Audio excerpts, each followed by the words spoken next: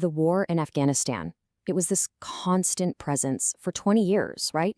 It shaped so much of the 21st century. But how did it all start? How did it change over 2 decades? And what's the situation now? We're going to break down the story of this conflict, looking at the moments that really defined it. Okay, so let's jump right in. And you might think we'd start on 9/11, but we're actually going to start a few weeks later in December 2001. Because according to a really critical Senate report, there was this one single event, the failure to get Osama bin Laden, that basically set the stage for the next 20 years of war. And that brings us right to the beginning, to a battle that a lot of people have since called the war's original sin. So picture this, al-Qaeda's entire leadership, bin Laden included, they are totally cornered in the mountains of Tora Bora. After days of relentless bombing, a message comes through. They want to surrender. The U.S. agrees to a 12-hour ceasefire and decides to rely on local Afghan militias to handle the security. Well, that turned out to be a massive, fatal miscalculation. Nobody surrendered. Instead, while everything was quiet, hundreds of fighters, including bin Laden, just slipped away through the mountains into Pakistan. You see, this wasn't just about one guy getting away. It was a huge strategic turning point. Bin Laden's escape turned him into this powerful, almost mythical figure. It helped him attract money, new recruits, you name it. And that moment, right there, is what guaranteed this wasn't going to be some quick, decisive war. No, this was the beginning of a long, brutal insurgency. Okay, now let's jump forward about a decade, to 2010. The whole mission has completely changed. We're not just hunting al-Qaeda anymore. Now it's all about full-scale nation building, and there's a huge surge of international troops and money pouring in to make it happen. And we're going to focus in on one place in particular, Helmand province. This was a really violent area in the south, and it basically became the epicenter of this new military and civilian surge. The plan was simple on paper. Clear out the bad guys and build a functioning Afghan government from scratch. And you know what? For a while, it seemed to be working. The data from back then shows real, tangible progress. As security got better, schools started reopening.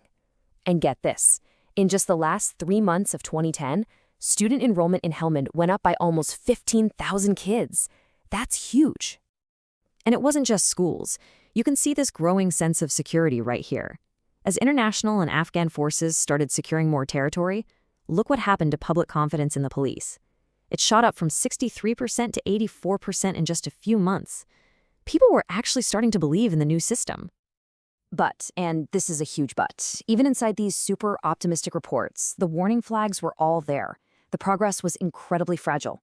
It was almost totally dependent on foreign troops and foreign money. Corruption was a massive problem. The reports themselves warned that if international forces left, the whole thing could just collapse. And when you looked under the hood, you could see just how hollow these new institutions were. Here's a statistic that just blows my mind. Less than 10% of the police force in Helmand could even read or write. Think about that. How can you do basic police work, build public trust, or establish the rule of law when your officers can't even write a report? It was a house of cards.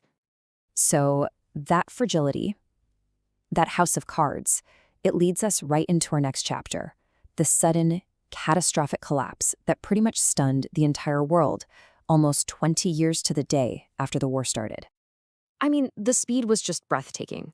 In just 9 days, the Taliban basically rolled across the entire country. We're talking about major cities, places that had been defended for years, falling with barely a fight. 20 years of work, of investment, of lives lost. It all just crumbled, gone in a matter of days.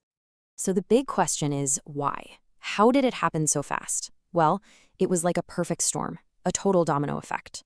First, the 2020 deal between the US and the Taliban, which by the way left the Afghan government out, it just destroyed the army's morale. The Taliban used it as a propaganda tool, telling Afghan soldiers, hey, the Americans already sold you out. Then President Ghani just quietly fled the country. The government evaporated overnight and the army just melted away. And for the average person in Kabul, that last day, it was just filled with this unbelievable, terrifying dread. This quote just captures that feeling perfectly. This sense of being stuck, of having the future that was promised for 20 years just snatched away. And the consequences were immediate and absolutely devastating. For women's rights, 2 decades of progress were wiped out almost overnight. Girls pulled from school, women barred from universities, just gone. And for global security, the Taliban's win was like a shot in the arm for jihadist groups everywhere. Intelligence agencies started warning that, yeah, al-Qaeda and ISIS would probably set up shop in Afghanistan again. Which brings us to right now, to the new massive challenge the US is facing. How do you fight terrorism in a country where you have no troops from thousands of miles away? Well, the new game plan is called an over-the-horizon strategy, and the idea is pretty simple. In theory, you use air power, like drones and maybe some special forces, to hit very specific, high-value targets. All of this, crucially, without a single boot on the ground in Afghanistan.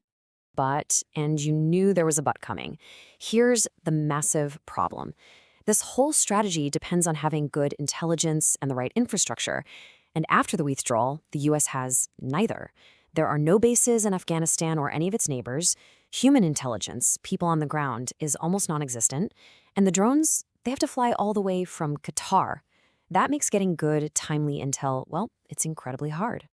Yeah, that long flight time is a really big deal.